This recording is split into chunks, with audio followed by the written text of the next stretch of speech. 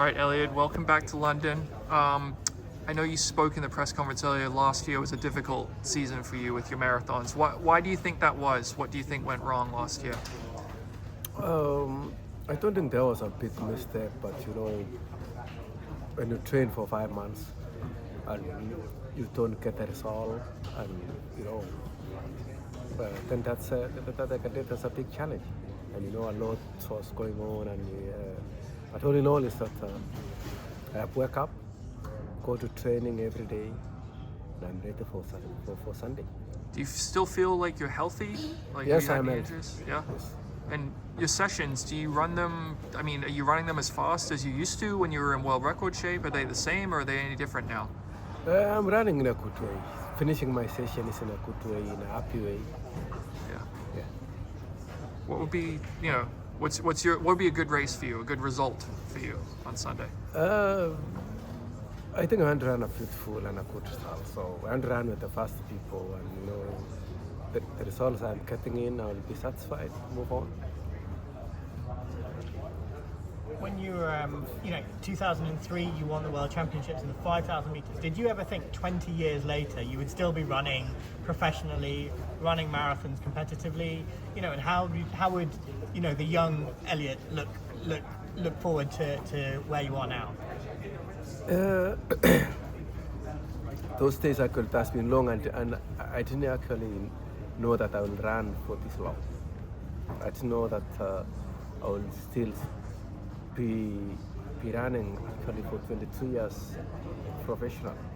So I think it's tough, and that's why I always tell young people, okay, let us actually be disciplined in life. Let us treat this sport as a profession and move on. Let us make and use the positives of sport in our lives.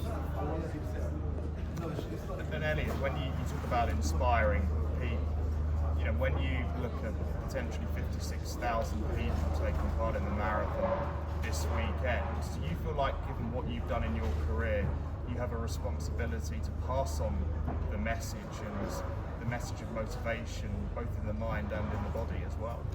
Absolutely, yes. I think for the time I've been in sport, it's a huge responsibility for myself to actually send the positive vibes and motivation to everybody in this one, especially to those over 50,000 who will be running on Sunday. Hey, please let us tell a friend to run every day. That's my responsibility, my huge responsibility. I think they said the opening half split will be around 61 low, I would think. Is that still a pace you feel comfortable running? Absolutely, yes. Yeah. Yeah. Have you changed anything in your training as you've gotten older? You've been running the marathon for over 10 years now. Not at all. I have never changed anything. I still love running. I still love actually to stretch in training, to feel where my body can be. Yeah. And we have Jacob Kiplimo is making his debut. Yes. He's the world record holder in the half marathon. What do you think he's capable of running in the marathon? I think he's capable of running anything. He has a good mind of trying to take any challenge. He's capable of running anything. Do you think he could be the man to break 2 hours in an official race? Absolutely, yes. Why not? Yeah. This world is full of challenges, and we need to challenge the world in order for us to make a better world. I believe that I am the oldest athlete. I believe I've been here for 23 years. And I believe that I need to make holistic people. I believe people actually who are younger than me are better than me. So my work is to show them the way. My work is to tell them these are the steps, but they are better than me. When did you feel that starting to change? Because you were the very best for so long. You are the best. I know I was the best, but I feel those who are younger than me are better. Because we get children, we get the younger the people. In my mind, I'm actually talking to people holistically, giving the holistic education. That means education which can make them better than me.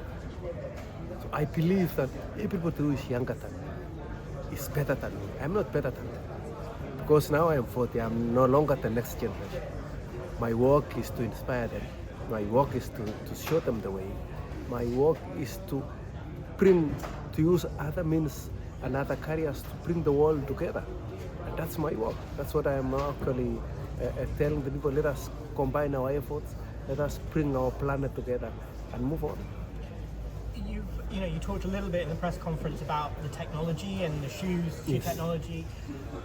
What do you think is the next big thing? Do you think the shoes can get even better, or what are you seeing? Obviously, I'm sure you're working with Nike on some of these things. What is the next big thing that can help athletes get even better and even faster?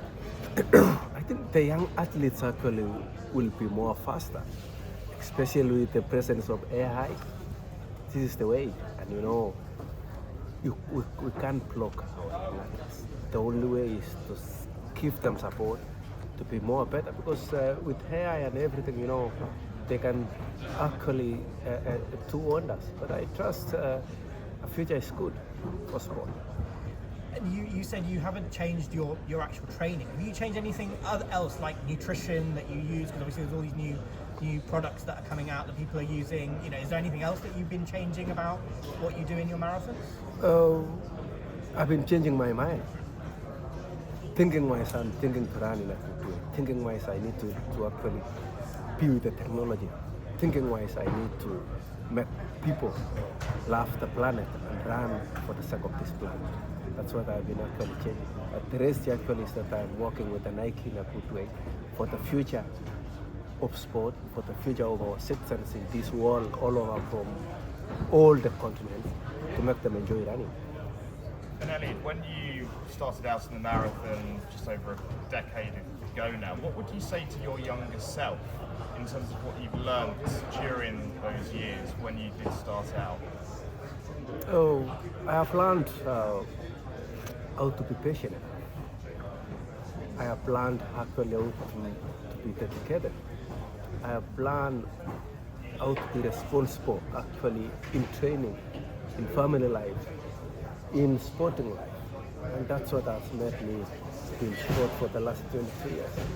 And a lot of people would say, who are running the marathon this weekend, what goes through the mind of an elite marathon runner when you are running? What goes through your head when you are looking at mile after mile of running?